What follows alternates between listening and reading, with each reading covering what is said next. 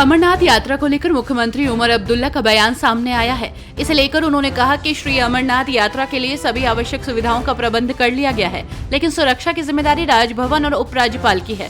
उन्होंने विश्वास व्यक्त किया है कि श्रद्धालु सुरक्षित यात्रा पूरी करेंगे। मुख्यमंत्री ने ये भी कहा कि जम्मू कश्मीर में सुरक्षा मामले उपराज्यपाल के अधीन है।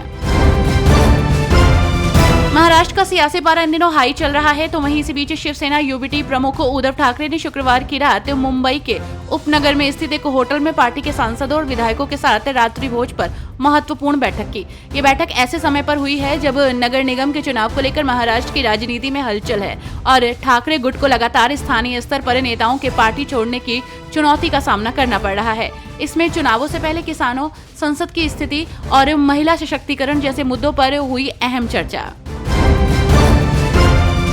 गुजरात में कांग्रेस पार्टी ने बड़ा कदम उठाया है। आपको बता दें कि कांग्रेस ने संगठन मजबूती की ओर एक बड़ा कदम उठाते हुए 40 जिला और शहर अध्यक्षों की नियुक्ति की है।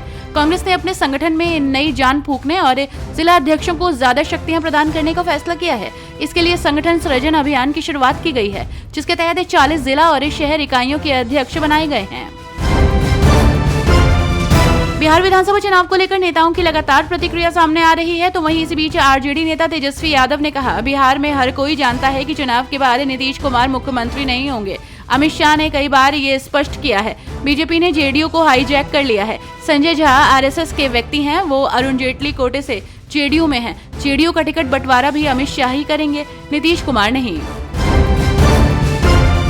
ईरान और इजराइल के तनाव के बीच यमन के हूती विद्रोहियों ने अमेरिका को चेतावनी दी है। हूती ग्रुप का कहना है कि अगर अमेरिका इस तनाव में ईरान के खिलाफ उतरा तो हूती विद्रोही लाल सागर में तैनात अमेरिकी जहाजों को निशाना बनाएंगे।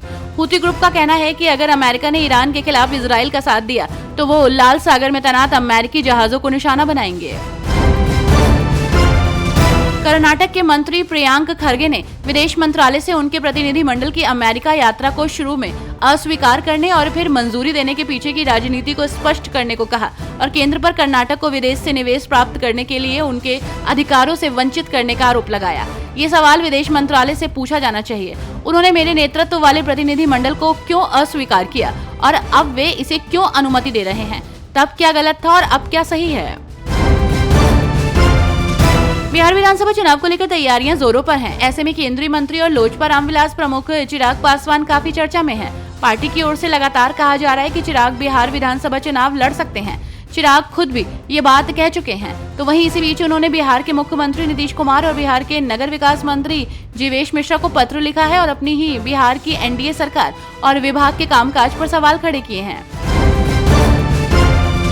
केंद्रीय मंत्री नितिन गडकरी ने 2029 के आम चुनावों में अपनी भूमिका के बारे में पूछे जाने पर कहा कि पिछले 11 वर्षों में जो कुछ भी देखा गया है वो केवल एक न्यूज रील थी और असली फिल्म अभी बाकी है। हालांकि उन्होंने ये भी कहा कि पार्टी ही अपने कार्यकर्ताओं के लिए जिम्मेदारियां तय करती है और पार्टी उनके लिए जो भी जिम्मेदारी तय करेगी वो उसे निभाएंगे। आईओसी के वैश्विक अभियान लेट्स मूव के तहत विशेष ओलंपिक दिवस दौड़ का आयोजन किया गया।